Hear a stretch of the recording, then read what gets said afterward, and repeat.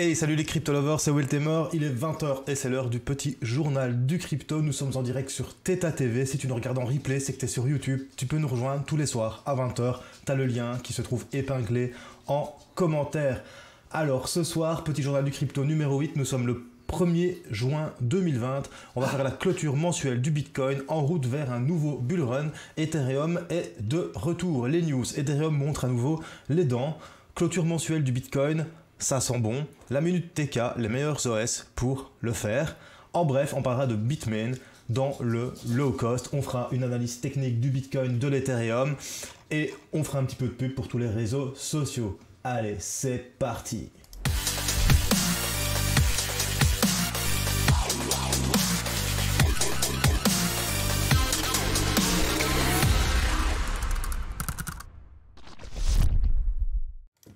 Et voilà les crypto lovers, alors avant toute chose, et depuis plus de 3 ans maintenant, on va dire bonjour à toutes les personnes qui se trouvent dans le chat. Salut à mon petit VS Versus, salut à Mister Problem, salut à Lolo1912, salut à Lorenzo Gianno, salut à Sensimili, salut à la petite Edawang de mon cœur, à Xuenling Lee, salut à mon petit Lupus, à Voltar One, salut à Bars333, à Foupa14, salut à Mathurin51, bienvenue à toi bro, je sais bien que c'est ton premier soir, salut à Suck My Geek, salut bro, j'espère que tu vas bien, salut à Woozidi, salut à Crypto50, papam, oui Lolo ne tracasse pas, j'ai enregistré pour YouTube, salut à Faberloic et salut à tous les autres crypto lovers qui n'ont pas parlé dans le chat, mais comme vous êtes 19, je vois bien qu'on est plus que ce qu'il ne faut. J'espère que vous allez bien les crypto lovers. Aujourd'hui il a fait super beau, c'était très agréable.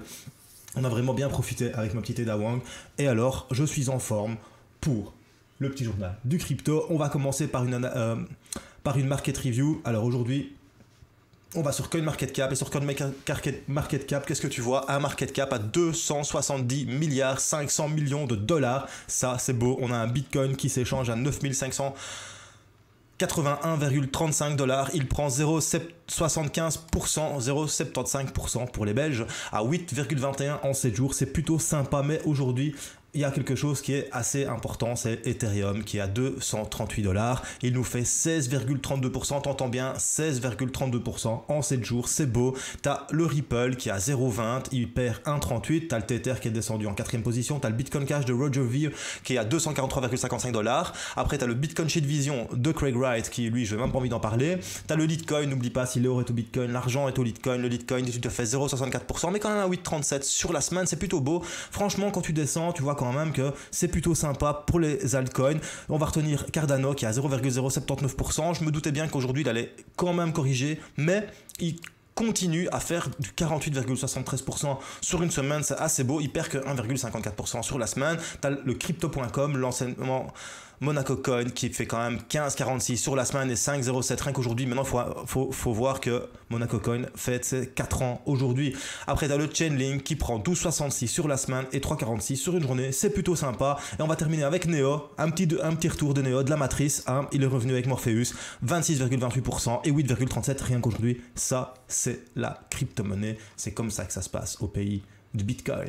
Voilà, ça c'est la petite market review. On va commencer par les news et je vais déjà remercier Mister Problem pour tes 10 T-Fuel. Merci à toi mon petit bro, j'espère que tu vas bien. Allez, on commence par la première news. La première news, c'est Ethereum montre à nouveau les dents. Et oui, effectivement, c'est un article de Ethereum World News. 250 $ est la nouvelle zone de résistance pour Ethereum et tout ça va arriver juste avant le Ethereum 2.0. Le prix d'Ethereum a dépassé la zone de résistance des 225 $ à 228 $. Le prochain niveau de prix de résistance est 250 pour Ethereum et apparemment ça devrait arriver courant du mois de juillet en même temps que le lancement d'Ethereum 2.0. Donc à mon avis, si je puis me permettre, quand je vois ce qu'a fait Cardano, il y a intérêt qu'Ethereum va chercher les 250 $ parce que franchement, quand tu vois que Cardano t'a fait 50% en 7 jours parce on a juste annoncé chez lui le 29 juillet, Ethereum, on attend beaucoup de lui. Personnellement, 250 $ pour moi, c'est le minimum qu'il doit atteindre. C'est d'office, pour moi, c'est le minimum. Ah, 349 abonnés, on est bientôt à 350. Alors, ce qui s'est passé aussi, le prix les options Ethereum sur Deribit ont carrément explosé. L'engouement suscité par les négociations d'Ethereum se manifeste par un volume record d'options ETH négociées sur la plateforme de dérivés Deribit. Selon l'équipe de Sky.com, 20 millions de dollars d'options Ethereum ont été théoriquement négociées juste pour une journée, celle du 30 mai. Donc l'augmentation des options ETH négociées sur Deribit depuis la mi-avril, ils t'ont fait un petit graphique et tu vois vraiment ici une large augmentation, il n'y a rien à dire. Ça, au début c'était soft, puis tu as eu un pic, puis c'est soft, puis tu as eu un pic, des bas plus en plus bas, et puis à partir d'ici, ça commence à remonter. Et là franchement, ça commence à être assez lourd, hein. Franchement, il n'y a rien à dire. Donc 250 $ est la nouvelle zone de résistance d'Ethereum avant le 2.0. Avec le lancement d'Ethereum 2.0 prévu avant la fin mi-juillet, Ethereum a actuellement le prix de 250 $ comme résistance. Maintenant, on va aller voir un petit peu sur TradingView Ethereum. Je pense que pour moi, c'est quelque chose de bien. Alors, hey, salut mon petit Julien Kervarek, j'espère que tu vas bien, bro, plaisir de te voir ici. Allez, on passe sur TradingView. Hop, on est sur TradingView. Je vais me mettre aussi sur TradingView. Voilà, je vous ai mis Ethereum ici en daily sur Bitfinex. Et on voit ici la zone de résistance qu'Ethereum a percée avant hier. On voit vraiment que plusieurs fois, il a essayé de percer. Ici, tu avais vraiment, c'était une zone où ça a compressé, ça a pumpé, ça a chuté, ça a recompressé, ça a pumpé, puis ça a chuté à cause du coronavirus, puis ça a remonté. Et puis, une fois il a essayé, il a testé, ça a rechuté, il n'a pas réussi, il a commencé à remonter, et ici, on voit vraiment un petit doji qui dit « to the moon », et bam, ça a pété, et il s'est arrêté pile poil sur le double top qu'on avait eu ici en daily, et donc on a une toute nouvelle zone, on a une toute nouvelle zone ici, au 200, entre les 246 $ et les 250 $ pour l'Ethereum. Une fois qu'on aura percé ça, personnellement, moi j'attends Ethereum quelque part ici. Au minimum, Ethereum doit venir me chercher un 280 $. Je pense que c'est tout à fait logique. Pourquoi? Parce qu'on vient chercher les niveaux ici. Hein. Ces niveaux-ci, on peut même encore le mettre plus loin, on vient chercher ces niveaux-ci. Ça a tapé une fois, ça a tapé une deuxième fois.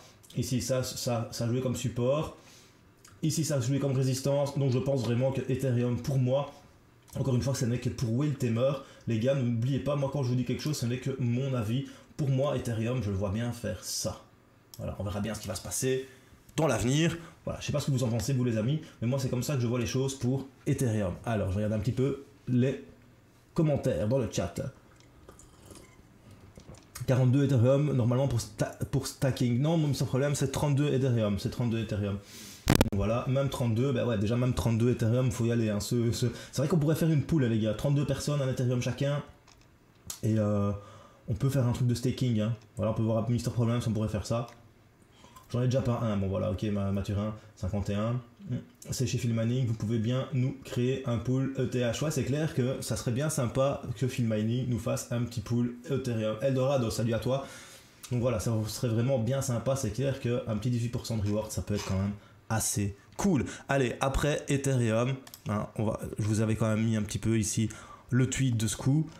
On va passer au gros morceau.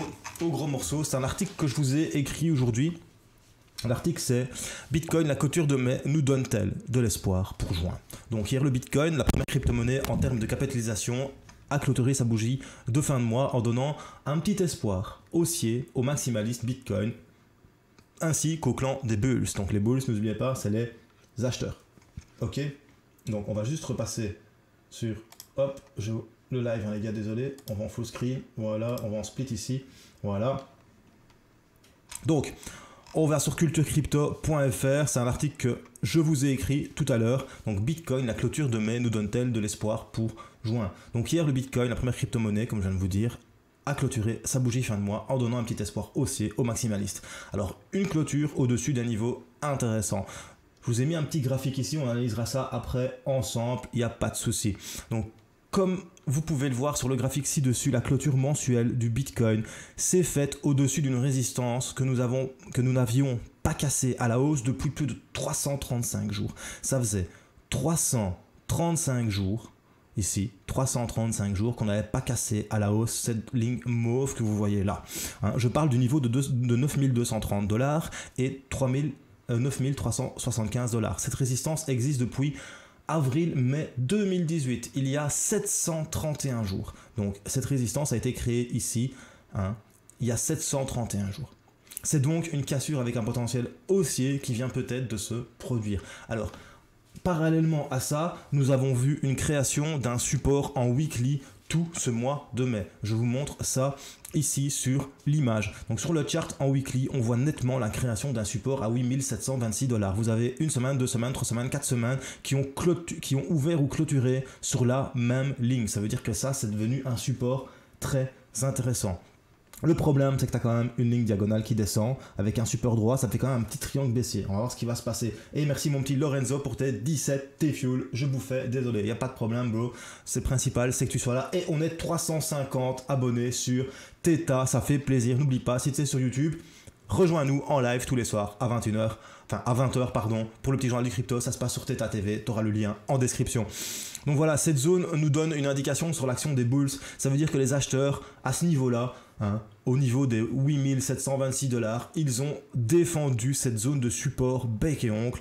Ça veut dire qu'une cassure de ce support serait une prise en main du marché par les bears, donc par les vendeurs, les ours. N'oublie pas, c'est un combat entre les ours et les bulls, entre les taureaux et les ours, entre les acheteurs et les vendeurs. C'est ça qui est important, c'est ça le trading. Alors, à côté de ça, je suis venu sur le El Famoso Stock and Flow que monsieur Plan B nous a créé. Donc le Stock and Flow, c'est quoi? C'est un indicateur qu'il a créé qui est utilisé dans la bourse traditionnelle, mais il l'a utilisé pour le Bitcoin. Il a regardé un petit peu la production de Bitcoin en fonction de la demande, en fonction de la valeur et en fonction de l'utilité. Et du coup, il a créé un indicateur qui s'appelle le Stock and Flow. Et ce Stock and Flow, si on l'analyse, cet indicateur, le Big Tom serait parti pour un rallye nous emmenant vers les 100 000 $. Tu as bien entendu, selon Plan B, ça nous emmène vers les 100 000 $. Il nous a mis un petit tweet par rapport à ça. Et alors, moi, je me suis dit, bon, on va aller directement analyser ça ensemble. Et tu vois bien que la dernière fois qu'on a eu, tu vois ici, il y a eu la création du fameux point rouge. Là, ici, tu vois qu'il y a un point rouge. Le point rouge, il est là, il est à 9 722 $, price ends of the day. Et tu vois que ça nous met un prix qui pourrait arriver aux 103 915 $. Et pourquoi est-ce que ceci pourrait être réel? Parce que tu vois bien que la dernière fois qu'il y a eu un point rouge, c'était à 659 $ et ça nous a amené à un Bitcoin à 19 891 $, donc le dernier all-time high. On a connu la même chose aussi une troisième fois, quand il était à 4 $, c'est monté jusqu'à 1220 $. Conclusion, cet indicateur n'est pas la panacée. C'est super important de comprendre que ce n'est pas la panacée. C'est pas lui qui va te dire, c'est sûr et certain, ça va pumper. Mais par contre, c'est un gros indicateur qui te montre aussi qu'on arrive à un point charnière du cours du Bitcoin. Maintenant, lorsqu'on voit la cassure de la résistance mensuelle et l'apparition du point rouge sur l'indicateur Stock and Flow, on pourrait ça pourrait faire tourner le sentiment de la cryptosphère vers la hausse pour le mois de juin 2020. On va voir ce qui va se passer. En plus de ça, rappelle-toi le dernier journal du crypto, je t'ai parlé d'une analyse que Glassnode avait publiée sur son compte Twitter. Il expliquait que 60% des bitcoins étaient holdés. Ça veut dire que ça faisait un an que 60% des bitcoins détenus par la majorité des personnes étaient restés sur leur wallet sans bouger. La dernière fois que nous avons constaté cette chose-là, last time we saw this level was right before the BTC bull market of 2017. Donc la dernière fois que ça est arrivé, c'était juste avant le bull run magistral qu'on a connu en 2017 avec les anciens du petit journal du crypto. Je vous assure, c'était un truc de folie. Tous les jours, le Bitcoin prenait 1000 $. C'était vraiment impressionnant. La dernière fois que c'est arrivé, ça, que 60% des Bitcoins étaient holdés, c'est avant le bull run. En conclusion, ce début de mois de juin est assez intéressant lorsque l'on regarde ces différents points. Donc, je rappelle, le Stock and Flow, la cassure de la résistance long terme, que ça faisait super longtemps, le support sur le weekly, et les 60% de Bitcoin qui sont holdés. Maintenant, si on analyse le Bitcoin en daily, le Bitcoin fait des hauts de plus en plus bas et n'a donc toujours pas cassé sa tendance baissière court terme. Une cassure de la tendance baissière, ici représentée par la ligne bleue, est une question sine qua non à un retour vers un scénario haussier. Faites donc attention avant de trader. Choisissez votre camp en fonction des signaux en présence. Stock flow, volume, tendance, c'est super important. Voir où on se trouve quand on trade. Tout ce que je peux dire moi là-dessus, c'est que pour l'instant, on est dans un sentiment haussier. Beaucoup de personnes vont me dire que ça va chuter, mais moi personnellement, quand j'analyse tout ça, je me trouve dans un sentiment haussier. Maintenant, court terme, je ne sais pas ce qui va se passer. C'est impossible de voir ce qui va se passer. Personne ne le sait. Donc, Le stock flow, comme je vous le dis, n'est pas la panacée. Restez vigilants et critiques. Faites vos propres analyses. N'hésitez surtout pas à aller voir cet article. Lisez-le, comment dire, bien attentivement par rapport à ce que j'ai expliqué. N'hésitez pas aussi à me mettre en commentaire ce que vous en pensez, les personnes qui me regardent sur YouTube. Maintenant, on va analyser ça sur TradingView. Je vais vous montrer un petit peu mon analyse et comment je vois les choses sur TradingView. Alors, sur TradingView, on va passer sur le Bitcoin. Voilà. Donc, ça, c'est le daily. Comme je vous dis, on fait des hauts, de plus en plus bas. Voilà. Donc, théorie de down, hein, si on fait des hauts de plus en plus bas, ça veut dire qu'on est en tendance baissière.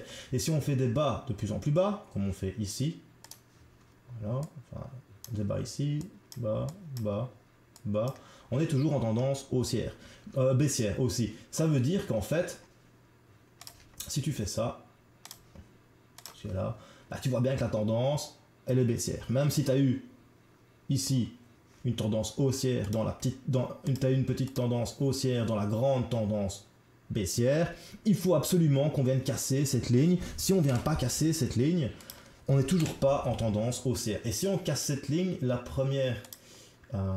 le premier objectif, hein, pour moi, se trouve, pardon, je me suis trompé, hop, voilà. Pour moi, le premier objectif se trouve quelque part ici, entre 10 700 $ et 10 999 $, pardon. Après, on a cette zone là, voilà, qui se trouve entre 12 176 $ et 12 400 $. Et après, on a cette zone-ci. Voilà. Et puis, on a la fameuse zone du dernier bull run qu'on a connu, qui est là. On va dire, il faut absolument que on casse ici les 13 780 $. Et seulement, à partir de ce moment-là, on repassera dans un bull run. Encore une fois, ça, c'est mon point de vue, uniquement mon point de vue. Je n'ai pas la science infuse, je ne sais pas ce qui va se passer. J'applique la théorie comme je la connais. À côté de ça, ce qu'on peut faire, c'est regarder un petit peu en weekly, comme je vous ai expliqué. Voilà, en weekly, vous voyez vraiment bien cette zone de support qui s'est créée ici. Voilà, juste là. Voilà. Voilà, vous voyez, il y a vraiment cette zone de support qui s'est créée, qui était déjà une résistance avant. Hein, ici, ici. Ici, c'était une zone de support. Le seul souci, en fait, c'est si tu enlèves cette droite-là, que tu prends ça, le ray. Voilà. Le seul souci. Si tu pars de là, on a cassé la droite de tendance. Ok? Par contre, si tu pars de là, c'est ça en fait qui est spécial. On est pile poil sur ce moment-là. Du coup, on est en train de créer ce qu'on appelle un triangle baissier. Alors, soit on le casse à la hausse, en weekly, soit on vient le chercher à la baisse. Et si on descend, il faut absolument que cette ligne verte ici, à 8 712 $, tienne. Si elle ne tient pas, ben, y a des risques qu'on vienne rechercher une zone ici, pardon, voilà, il y a des risques qu'on vienne rechercher cette zone-ci. Voilà, tout simplement. Maintenant, ça, c'est l'extrême. Avant ça, il y aura forcément ici. Voilà, les 6 900 $. Avant ça. Et encore avant ça, pardon, il y a aussi encore les 7 800 $ qui se trouvent ici. Et puis, juste en dessous, il y a ici les 7 600. Donc, il y a plusieurs paliers. Hop. Intéressant. À trader. Voilà, tout simplement. Voilà, ça c'est toutes les zones qu'on pourrait venir chercher si on casse ici la verte que je vais mettre en mauve pour la différencier des autres. Donc vous voyez vraiment qu'en weekly, ça faisait 1 semaine, 2 semaines, 3 semaines, 4 semaines que les bears, donc les vendeurs, n'arrivent pas à descendre en dessous de ça. C'est pour ça que je dis que là, c'est une zone, là, tout ça, c'est une zone en fait où les acheteurs ont défendu le support. Ils ont défendu le support. Maintenant, cette ligne oblique, pour l'instant, c'est les vendeurs qui la défendent. Ils sont en train de défendre. En fait, quand on arrive près d'une résistance, ça veut dire que les vendeurs, à ce moment-là, ils défendent cette zone de résistance. Et c'est à ce moment-là où ils vont shorter. C'est à ce moment-là où ils vont vendre. Quand on arrive à un support, c'est à ce moment-là qu'on est censé acheter. C'est pour ça qu'on dit que c'est les acheteurs qui défendent le support. Pour l'instant, le Bitcoin est à 9 $578. Donc c'est plutôt intéressant. Franchement, c'est plutôt intéressant. On va quand même regarder en monthly pour que vous voyez un petit peu ce dont je vous parlais tout à l'heure dans mon article. Je vais juste enlever ici, voilà, les lignes. Hein. En plus, tu vois vraiment bien les bas de plus en plus bas, les hauts de plus en plus hauts. On peut faire ce qu'on veut des pieds des mains, mais ça se voit en monthly, ça se voit mais vraiment tout seul. Donc on voit vraiment la clôture qu'on a eue ici hier. Et cette clôture, en fait, elle a vraiment été au-dessus, là. Vous voyez, il y a vraiment cette zone ici. Quand on prend la date range, vous voyez vraiment la dernière fois qu'on a traversé à la hausse, c'était ici. Et ça fait un max de temps. Hein. Et alors, il y a eu aussi... Non, pardon. La dernière fois qu'on a traversé à la hausse, c'est là. Voilà, exactement. Vous voyez? Parce que là, en fait, elle n'est pas juste... C'est plus ici. Attendez. Voilà, cette zone, c'est là, parce que c'est là c'est ici qu'elle a rebondi. Et c'est là qu'elle rebondit. Et vous voyez que ça date de là. Ça date du 1er avril 2018. Ça fait presque 2 ans que ce support, cette résistance a été créée. Conclusion, pour moi, c'est aussi un moment très important ce qui vient de se passer. Même si c'est juste léger et que l'ouverture, on est déjà plus haut. Donc maintenant, le premier but à aller chercher hein, en monthly, pour moi, c'est là. Voilà. Là, on doit aller chercher les 10 045 $. Si on ne va pas chercher les 10 045 $ ce mois-ci, il y a une chance qu'on chute et qu'on vienne rechercher les 9 272 $. Voilà, ça c'était juste mon analyse pour le Bitcoin. Est-ce que vous avez des questions par rapport à ça, les crypto lovers? Je vais regarder un petit peu tous vos commentaires. Voilà. Alors, on est post-halving, on le veut, le mouvement bull, ouais c'est clair. Je hold pendant 20 ans, moi aussi Mathurin, je hold pendant 20 ans. Est-ce que je peux les transformer en T-Full pour les renverser? Il faut que Whale crée des paris car là c'est vide. Des paris par rapport à quoi, mon petit VS versus ça? Bonne soirée à toi, Oui, j'imagine, bro, tu te gaves. Ah. Ils sont en train de discuter des T-Fuel et des Theta. Voilà, j'ai jamais compris à quoi servent les pièces. C'est pour faire des giveaways en fait. Un mémo comme ça, voilà. Donc vous êtes en train de discuter de Theta, donc c'est cool. Allez, après la nouvelle sur le Bitcoin, on va passer à la minute TK. Donc je vous invite donc tu sais bien, monsieur TK poste ses vidéos et fait des articles pour Culture Crypto, c'est qu'on travaille ensemble. Il a fait sa dernière vidéo qui est vraiment bien, c'est les meilleurs logiciels pour miner des crypto-monnaies. Il t'explique ce qu'est NiceHash, enfin il t'explique la différence et la rentabilité entre NiceHash, Awesome Miner, IveOS, Easy Mining qui est français d'ailleurs les gars.